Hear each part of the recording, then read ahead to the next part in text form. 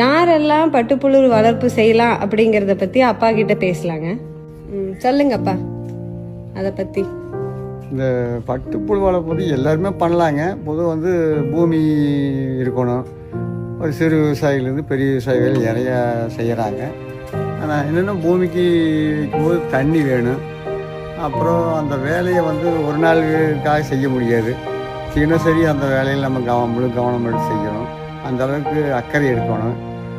எல்லாம் ரொம்ப கவனம் ரொம்ப கவனமாக இருக்கணும்.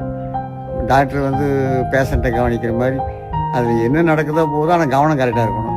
அது ரொம்ப முக்கியமான விஷயம். இதில் வந்து லாபம் பெரிய லாபம்னு சொல்லலாம். சில இடத்துங்கள் நஷ்டம் வர்றதுக்கு வாய்ப்புகளும் இருக்குது.